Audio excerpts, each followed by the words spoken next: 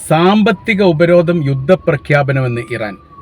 America തങ്ങൾക്കെതിരെ മറ്റു ലോക രാജ്യങ്ങളുമായി ഏകോപിപ്പിച്ച് നടത്തപ്പെടുന്ന പ്രവർത്തനത്തെ അതേ നാണയത്തിൽ തിരിച്ചടിക്കുമെന്നും ഇതുവരെ ആക്രമിക്കാത്ത അമേരിക്കയുടെ സൈനിക ബേസ് കേന്ദ്രീകരിച്ചുകൊണ്ട് തങ്ങൾ ആക്രമണ പരമ്പര നടത്തുമെന്നും ഇറാൻ്റെ ആയത്തുള്ള മുജ്തബ അലി ഖംനായി നിലവിലെ ഇറാൻ സുപ്രീം ലീഡർ പ്രസ്താവിച്ചിരിക്കുകയാണ്. അതിന് തുടർച്ചയായ രീതിയിൽ ഇറാൻ്റെ പ്രസിഡന്റും ഈ ഇറാൻ്റെ വിദേശകാര്യം തത്തുല്യമായ രീതിയിൽ തന്നെ പറഞ്ഞിരിക്കുന്നു. അഥവാ ഇപ്പോൾ അമേരിക്ക ചെയ്തിരിക്കുന്ന കാര്യമെന്ന് പറയുന്നത് ഒരു തരത്തിലും അവർക്ക് പിടിച്ചു നിൽക്കാൻ പറ്റാത്തൊരു സാഹചര്യം വന്നു.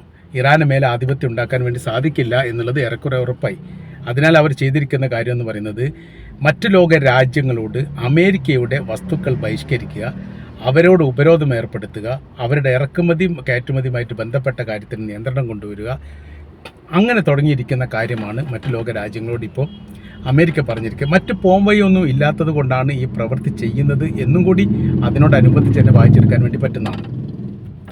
അപ്പോൾ അതിൽ റഷ്യ, ചൈന, അസർബൈജാൻ, തുർക്കി, ഫ്രാൻസ് തുടങ്ങിയിരിക്കുന്ന ഒരുപാട് രാജ്യങ്ങൾ, 20ഓളം രാജ്യങ്ങളോട് ഇത് പറഞ്ഞിട്ടുണ്ട്. ഒരു രാജ്യം ഇത് അംഗീകരിച്ചിട്ടില്ല. തങ്ങളുമായി എല്ലാ കാലത്തും നല്ല സൗഹൃദ ബന്ധം നിലനിൽക്കുന്ന രാജ്യമാണ് ഇറാൻ. അവരുമായിട്ട് ശത്രുതയാകാൻ വേണ്ടിയിട്ട് തങ്ങൾക്ക് താല്പര്യമില്ലെന്ന് ആദ്യം പ്രതികരിച്ച അസർബൈജാൻ എന്ന് വെച്ചാൽ ഇറാൻ്റെ അതിർത്തിയാണ്. മാത്രമല്ല ഷിയാക്കൾ കൂടുതലുള്ള സ്ഥലമാണ്. ഇറാനുമായിട്ട് വലിയ സൗഹൃദ ബന്ധമാണ്. അമേരിക്ക ഇസ്രായേലിന് സപ്പോർട്ട് ചെയ്യുമെങ്കിൽ പോലും ഇറാനുമായിട്ട് നിസ്സഹകരണത്തിന് അവരൊരിക്കലും താല്പര്യം കാണിച്ചിട്ടില്ല. അങ്ങനത്തെ ഒരു സാഹചര്യമാണ് ഇപ്പോൾ ഈ മേഖല കേന്ദ്രീകരിച്ചുകൊണ്ട് നിലനിൽക്കുന്നത്. അപ്പോൾ ഇവരോടെല്ലാം പറഞ്ഞത് നിങ്ങൾ എന്ത് ചെയ്യരുത്, ഇറാനുമായിട്ട് സഹകരിക്കാൻ പാടില്ല. അവരെങ്ങനെ സഹകരിക്കാതിരിക്കുക? ഓരോ രാജ്യത്തിനും അവരുടേതായിരിക്കുന്ന ആഭ്യന്തര വിഷയങ്ങളും കരാർ വ്യവസ്ഥകളും ഉണ്ട്. ഒരു രാജ്യവും തമ്മിൽ നിലനിൽക്കുന്നതുമായിട്ട് ബന്ധപ്പെട്ട കാര്യത്തെക്കുറിച്ച് വ്യവസ്ഥ ഉണ്ടാക്കുന്നത് അതായത് രാജ്യമാണ്. ആ രാജ്യത്തിൻ്റെ ആഭ്യന്തര വിഷയത്തിൽ ഇടപെട്ടുകൊണ്ട് സംസാരിക്കുക എന്ന് പറഞ്ഞാൽ അത് അംഗീകരിക്കാൻ വേണ്ടി സാധിക്കുകയില്ല എന്ന് അസർബൈജാൻ പ്രതികരിച്ചു. റഷ്യ ഏതായാലും ചെയ്യില്ല എന്നുള്ള കാര്യം ഉറപ്പാണ്. അപ്പോൾ ഇറാൻ അതിന് കൊടുത്തിരിക്കുന്ന പ്രതികരണം മറ്റു തരത്തിലാണ്. യൂറോപ്പിലേക്ക് യുദ്ധം വ്യാപിപ്പിക്കാൻ അമേരിക്ക ശ്രമിക്കുന്നു എന്നതിൻ്റെ ഭാഗമായിട്ട്, അല്ലെങ്കിൽ അത്തരമൊരു ശ്രമത്തിന് വേണ്ടിയിട്ട് ആക്കം കൂട്ടുന്ന പ്രവൃത്തിയാണ് നിലവിലിപ്പോൾ അമേരിക്ക ചെയ്തിരിക്കുന്നത് എന്നാണ് ഇറാൻ ഈ വിഷയവുമായിട്ട് ബന്ധപ്പെട്ട് പ്രതികരിച്ചത്. തങ്ങൾ അടങ്ങി നിൽക്കുന്നില്ല. ഇതൊരു യുദ്ധപ്രഖ്യാപനം തന്നെയാണ്. കഴിഞ്ഞ പതിറ്റാണ്ടുകളായി 1979 ശേഷം അമേരിക്ക തങ്ങളുടെ രാജ്യത്തിനെതിരെ സമാനമായിരിക്കുന്ന സാമ്പത്തിക ഉപരോധം ഏർപ്പെടുത്തിയിട്ടുണ്ട്. പക്ഷേ തങ്ങൾ അതൊക്കെ അതിജീവിച്ചിട്ടുണ്ട്. തങ്ങൾക്ക് അതിജീവിക്കാൻ സാധിക്കുന്ന രീതിയിലുള്ള സംവിധാനമാണ് തങ്ങളുടെ രാജ്യത്തുള്ളത് എന്നവർ പറഞ്ഞു വെക്കുന്നു. ഇപ്പോൾ അതിനപ്പുറമായ രീതിയിൽ മറ്റ് രാജ്യങ്ങളെയും കൂടി ഇതിൽ ഇൻക്ലൂഡ് ചെയ്യുന്ന രീതിയിലുള്ള പ്രവൃത്തി വന്ന സമയത്താണ് അത് യുദ്ധപ്രഖ്യാപനം തന്നെയാണ് എന്ന് ഇറാൻ തുറന്നു പറഞ്ഞത്. മാത്രമല്ല, ഇത് മിഡിൽ ഈസ്റ്റിൽ കേന്ദ്രീകൃതമായ രീതിയിൽ ഇനി യുദ്ധം നിൽക്കില്ലെന്നും ഇനിയൊരു ആക്രമണം ഇറാന് നേരെ ഉണ്ടായാൽ അത് വിപുലവും വ്യാപകവും സർവനാശം വിതക്കുന്ന തരത്തിലായിരിക്കും തങ്ങളുടെ രാജ്യത്തിനുള്ള പ്രതികരണം. ആ വിഷയം പറയുന്നത് ഇറാൻ്റെ വിദേശകാര്യമന്ത്രി അബ്ബാസ് അറാഗ്ചിയാണ്. തലേ ദിവസം പറഞ്ഞത് ഇറാൻ്റെ പ്രസിഡന്റ് മസൂദ് പെഷഷ്കിയാണ്. അതിനു മുൻപ് പറഞ്ഞത് ഇറാൻ്റെ ആത്മീയ നേതാവ് മുജ്തബ അലി ഖംനയാണ്. എല്ലാവരും തത്തുല്യമായ രീതി പറഞ്ഞു. ഇപ്പോൾ സൈനിക കമാൻഡർമാരും ഈ ഇറാൻ്റെ സ്പീക്കർ അടക്കമുള്ള ഉന്നതരായിരിക്കുന്ന ആളുകളെല്ലാം ഈ വിഷയത്തിൽ തത്തുല്യമായ രീതിയിൽ പ്രതികരിച്ചിരിക്കുന്നു. ഞങ്ങൾക്കിത് പുല്ലാണ്, ഞങ്ങൾക്കിത് അതിജീവിക്കാൻ വേണ്ടി സാധിക്കും. കാരണം ഞങ്ങളുടെ മുഖ്യമായിരിക്കുന്ന ശത്രു രാജ്യമാണ് ഈ അമേരിക്ക എന്ന് പറയുന്നത്. അതുകൊണ്ട് ഇപ്പോൾ ഞങ്ങളുടെ ശത്രുവായിട്ട് കാണുന്നു, അല്ലെങ്കിൽ ആ രീതിയിൽ നിലപാടെടുക്കുന്നു എന്ന് പറയുന്നത് ഞങ്ങൾക്ക് വലിയ അത്ഭുതമൊന്നുമില്ല. ഇത് മുൻപേ ഞങ്ങൾ കണ്ടതാണ്, അനുഭവിച്ചതാണ്, അറിഞ്ഞതാണ്. അതിനപ്പുറമായ രീതിയിൽ ഇവിടെ യാതൊന്നുമില്ല എന്നുകൂടി യഥാർത്ഥത്തിൽ ഈ വിഷയവുമായിട്ട് ബന്ധപ്പെട്ട് അവർ പ്രതികരിക്കുന്നു. അപ്പോൾ ഈ യുദ്ധം വിപുലവും വ്യാപകമാകുന്നതിന് ലോകം മുഴുവൻ എതിരാണ്. കാര്യം എന്ന് പറഞ്ഞാൽ ചരിത്രത്തിൽ ഇന്ന് വരെ 1ഉം 2ഉം ലോക യുദ്ധം ഇവിടെ നടന്നു. ആ യുദ്ധത്തിലൊന്നും ലോകത്താകമാനമുള്ള എല്ലാ രാജ്യങ്ങളെയും സാമ്പത്തികപരമായ രീതിയിലും സാമൂഹികപരമായ രീതിയിലും ബാധിച്ചൊരു യുദ്ധമേ അല്ല.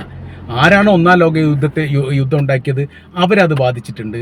തൊട്ടടുത്ത് 2ാം ലോക യുദ്ധം ഉണ്ടാക്കിയത് ആരൊക്കെയായിരുന്നു അവരത് ബാധിച്ചിട്ടുണ്ട്. ഒരു പക്ഷേ അതിൻ്റെ അയൽവാസികളായിരിക്കുന്ന രാജ്യങ്ങളിലേക്കൊക്കെ ഇതിൻ്റെ മിസൈലുകളോ ബാക്കിയുള്ള കാര്യങ്ങളോ യുദ്ധവുമായിട്ട് ബന്ധപ്പെട്ട് ഈ പരസ്പരം അങ്ങോട്ടും ഇങ്ങോട്ടും ഒക്കെ കയറ്റുമതിയും ഇറക്കുമതിയും ഒക്കെ സാരമായിട്ടൊരു പക്ഷേ ബാധിച്ചിട്ടുണ്ടാവാം. ലോകത്തെ മുഴുവനും ബാധിച്ചിട്ടില്ല. ഇവിടെ ഇപ്പോൾ ഉക്രൈനും റഷ്യയും തമ്മിൽ യുദ്ധം നടക്കുന്നത് 5ാമത്തെ വർഷത്തിലാണ്. ലോകത്തെല്ലാ രാജ്യത്തും അത് ബാധിച്ചിട്ടുണ്ടോ? ഇല്ല. പലസ്തീനും ഇസ്രായേലും തമ്മിലുള്ള യുദ്ധം എത്രയായി? 2 വർഷം കഴിഞ്ഞു. ഇപ്പോൾ എല്ലാ വെടിനിർത്തലുമായിട്ട് ബന്ധപ്പെട്ട് ഒരു ധാരണ കാര്യങ്ങൾ വന്നത് ലോകത്തെല്ലാം ബാധിച്ചിട്ടുണ്ടോ? ഇല്ല. എന്നാൽ ഇറാൻ അങ്ങനെയല്ല. ഇറാൻ എന്ന് പറയുന്ന രാജ്യം, അതായത് ഷിയ വിഭാഗം എന്ന് പറയുന്നത് ലോകത്ത് 3 രാജ്യത്തെ കാര്യമായിട്ടുള്ളൂ. അതൊന്ന് ഇറാനാണ്, രണ്ടാമത്തെ ഇറാഖാണ്, മൂന്നാമത്തെ അസർബൈജാനാണ്. മറ്റ് ലോക രാജ്യങ്ങളിലെല്ലാം ഷിയാക്കളുണ്ട്. ഇന്ത്യയിലുണ്ട്, ബോംബെയിലുണ്ട്, ഡൽഹിയിലുണ്ട് പോലെയുള്ള നഗരപ്രദേശങ്ങളിലൊക്കെ അവരുണ്ട്.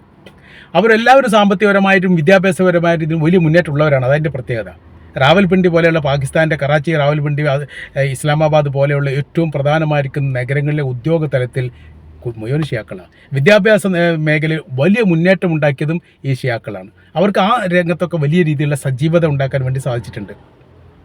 എന്നാൽ അവിടെയുള്ള സാധാരണ പാകിസ്ഥാനിയെ സംബന്ധിച്ചിടത്തോളം, സുന്നി പാകിസ്ഥാനിയെ സംബന്ധിച്ചിടത്തോളം കൂടുതൽ ആൾക്കാർക്കും പ്രാഥമിക വിദ്യാഭ്യാസം പോലും ഇല്ലാത്തവരാണ്. സ്വന്തം പേര് പോലും ഇംഗ്ലീഷ് ചെയ്ത്. ഞാൻ പാകിസ്ഥാനിൻ്റെ കൂടെ സൗദി അറേബ്യയിൽ ജോലി ചെയ്തതാണ്. അയാൾക്ക് ശമ്പളം വാങ്ങാൻ വേണ്ടിയിട്ട് പേര് എഴുതാൻ, ഇംഗ്ലീഷ് പേര് എഴുതാൻ അറിയും. ഒന്നുകിൽ അറബിയിൽ എഴുതണം, അറബി അവർക്ക് അറിയില്ല. അവർക്ക് ഒന്നുകിൽ പെഷ്തൂൺ ഭാഷ അല്ലെങ്കിൽ ഉറുദു ഭാഷ. ഉറുദു ഭാഷ എന്ന് വെച്ചാൽ സാധാ ഉറുദു ഭാഷയില്ല, ഗ്രാമീണരാകുന്ന സമയത്ത് അതിനേക്കാൾ കുറച്ചും കൂടി വാക്കുകളൊക്കെ കനൊക്കെ കൂടും. നമ്മൾ മനസ്സിലാക്കാൻ തന്നെ ഒരുപാട് പ്രയാസം എടുക്കും. ആ രീതിയിലാണ് ആവശ്യം. ഇത് പേര് എഴുതി ഒപ്പിടാൻ പല ഘട്ടത്തിൽ ഇവരെ പേര് എഴുതി കൊടുക്കുന്നത് ഞാനാണ്. ഇംഗ്ലീഷിൽ സ്വന്തം പേര് എഴുതാൻ അറിയാത്തവരും ഭൗതിക വിദ്യാഭ്യാസത്തിൽ വട്ടപ്പൂച്ച എന്ന് വേണമെങ്കിൽ പറയാൻ പറ്റും.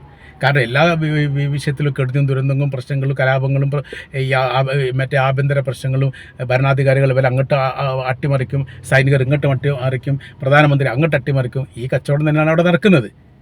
യഥാർത്ഥത്തിൽ സൈനികർക്കുള്ള ഒരു രാജ്യം എന്ന് വേണമെങ്കിൽ പറയാം. ഈ രാജ്യത്തിൻ്റെ അകത്ത് സൈനികരുണ്ടാവും. ഒരു രാജ്യം നിലനിൽക്കണമെങ്കിൽ സൈനികർ വേണം. എന്നാൽ സൈനികർക്ക് വേണ്ടി ഒരു രാജ്യം ഉണ്ടാക്കിയെന്ന് ഇതിന് മുൻപ് ഏതൊരു എഴുത്തുകാരൻ ആ വിഷയവുമായിട്ട് ബന്ധപ്പെട്ട് പറഞ്ഞിട്ടുണ്ട്. അതിൻ്റെ പേരാണ് പാകിസ്ഥാൻ എന്ന് പറയുന്നത്. അപ്പോൾ നമ്മൾ പറയുന്ന വിഷയം എന്ന് പറഞ്ഞാൽ വളരെ സങ്കീർണമായിരിക്കുന്ന വിഷയത്തിലേക്ക് കാര്യങ്ങൾ പോകുന്നു എന്നുള്ളതാണ് ഇപ്പോഴത്തെ യുദ്ധവുമായിട്ട് ബന്ധപ്പെട്ട് മനസ്സിലാക്കാൻ പറ്റുന്നത്. ഇറാനെ പേടിപ്പിച്ചുകൊണ്ട് ഇറാനെതിരെ മറ്റ് രാജ്യങ്ങൾ അണിനിരത്തിക്കൊണ്ടൊന്നും ജയിക്കാൻ പോകുന്ന യുദ്ധം എന്നല്ല ഇത്. ഇതൊക്കെ അതിജീവിക്കാൻ വേണ്ടി വളരെ ശക്തിയോടുകൂടി, വളരെ കൃത്യതയോടുകൂടി ഇറാന് സാധിക്കും. കാര്യം എന്ന് പറഞ്ഞാൽ അവർ തീയിൽ കുരുത്തവരാണ്. 79 ഇസ്ലാമിക വിപ്ലവം ഉണ്ടാകുന്നത്.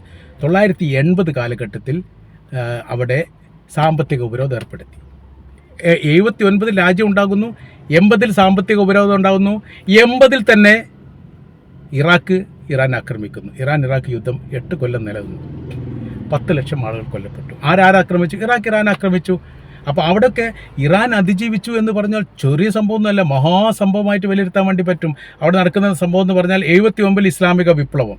രാജ്യം പൂർത്തീകരിച്ചുകൊണ്ട് രാജ്യത്തിനൊരു ഏകോപനം ഉണ്ടാക്കി അതിൻ്റെ സംവിധാന ചട്ടക്കൂട്ടുകളൊക്കെ ഉണ്ടാകുന്നതിന് മുൻപ് തന്നെ അവിടെ സാമ്പത്തിക ഉപരോധം, അപ്പോൾ തന്നെ ഇറാഖിൻ്റെ ആക്രമണം. ഇത് തത്തുല്യമായ രീതിയിൽ എല്ലാം കൂടി ഒന്നിച്ച് യോജിപ്പിച്ചുകൊണ്ട് അതിനെ എല്ലാത്തിനെയും പ്രതിരോധിച്ച് പിടിച്ചു നിൽക്കാൻ വേണ്ടിയിട്ട് ഇറാൻ സാധിച്ചു എന്ന് പറഞ്ഞാൽ അത് ആ രാജ്യത്തിന് മാത്രമേ സാധിക്കൂ എന്ന കാര്യത്തിൽ സംശയമില്ല. ചെറിയ സംഭവം എന്നല്ല അവർ ചെയ്തു കൂട്ടിയത് എന്നുള്ളത് ഉറപ്പാണ്. അപ്പോൾ ഇപ്പോൾ അമേരിക്ക തങ്ങളെ ഭീഷണിപ്പെടുത്തുന്നു, അങ്ങനെ ആക്കുന്നു, ഇങ്ങനെ ആക്കുന്നു എന്ന് പറയുന്നതിനൊന്നും ഒരു മുഖവിലേക്ക് പോലും ഇറാൻ എടുക്കാത്തതിൻ്റെ പ്രധാനമായിരിക്കുന്ന കാര്യം ഇതൊക്കെ തങ്ങൾ അതിജീവിച്ചതാണ്, ഇതെല്ലാം തങ്ങൾ അനുഭവിച്ചതാണ്. ഇതൊന്നും വലിയ പ്രശ്നമുള്ള കാര്യമല്ല എന്നുള്ളതാണ്. അപ്പോൾ ലോകത്തിലെ വേറെ ഏതെങ്കിലും രാജ്യങ്ങളോട് തങ്ങൾക്കെതിരെ പ്രതിരോധം ഉണ്ടാക്കണം, പ്രതിഷേധം ഉണ്ടാക്കണം, അതല്ലെങ്കിൽ തങ്ങളുടെ ഈ നിർമ്മിക്കുന്ന വസ്തുക്കളോ അവരുടെ നിർമ്മിക്കുന്ന വസ്തുക്കൾ ഇങ്ങോട്ട് കൊണ്ടുവരുന്ന പ്രവൃത്തികളൊക്കെ ശീതസമരത്തിന് തത്തുല്യമായ രീതിയിലുള്ള സംവിധാനങ്ങൾ കാര്യങ്ങൾ ഒരുക്കണമെന്ന് പറഞ്ഞാൽ ഞങ്ങൾക്കതിനെ അതിജീവിക്കാൻ സാധിക്കും എന്ന് വളരെ കൃത്യതയോടുകൂടി ഇറാൻ പറഞ്ഞിരിക്കുന്നു. ഭീഷണി ഇങ്ങോട്ട് വേണ്ട, തങ്ങൾ യൂറോപ്പിനെയും ആക്രമിക്കും, യൂറോപ്പിലുള്ള അമേരിക്കയുടെ സൈനിക ബേസ് ചേർന്ന് സൈനിക ബേസിനെയും ആക്രമിക്കും എന്നുകൂടി അവർ പറഞ്ഞു വെക്കുന്നു എന്ന് ചുരുക്കം.